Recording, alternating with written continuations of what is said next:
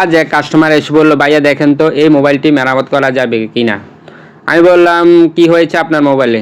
কয়, ভাইয়া দেখেন আমি যখন মোবাইলে চার্জে লাগিয়ে চালাই তখন মোবাইলটি চালু করা যায় বা অন্যান্য সেকশনে কাজ করা যায়। যখন আমি মোবাইল চার্জ থেকে সরাই ফেলাই তখনই মোবাইলটি অটোমেটিকলি বন্ধ হয়ে যায়, আর চালু হয় না। চালু হয় বন্ধ হয়, চালু হয় বন্ধ হয়।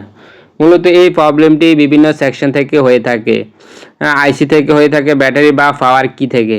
আর বেশিরভাগ ক্ষেত্রে এই প্রবলেমটি ব্যাটারির ফিউজ থেকে হয়ে থাকে।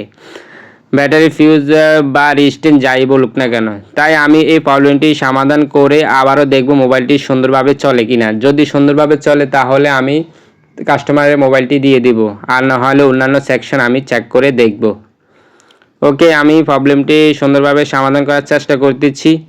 দেখুন, আমি এই প্রবলেমটি সুন্দরভাবে সমাধান করে ফেলেছি। এখন আমি মোবাইলটি ফিটিং করে সম্পূর্ণভাবে দেখব মোবাইলটি সুন্দরভাবে আগের মতো চলে কিনা।